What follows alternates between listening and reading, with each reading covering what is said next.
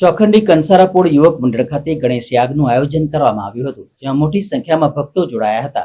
દેશભરમાં ગણેશ ઉત્સવની ઉજવણી જોવા મળી રહી છે, ત્યારે સંસ્કારી નગરી વડોદરામાં પણ વિઘ્નહર્તા ગણેશજીનું પૂજન તમામ લોકો વિધિવત રીતે કરતા જોવા મળે છે।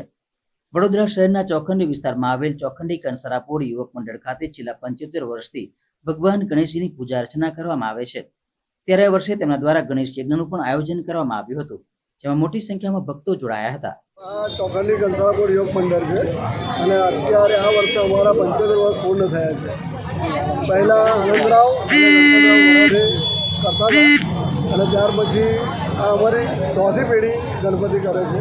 દાદાની કૃપા છે કે દર વર્ષે ધામધૂમથી તહેવાર ઉજવાય છે।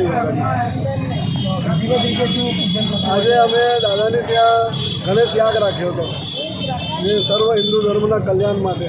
કેટલા જોડાઓને બેસાડવા? 5 જોડાને બેસાડ્યા હતા અમે અને સરસ પ્રસંગ રહ્યો।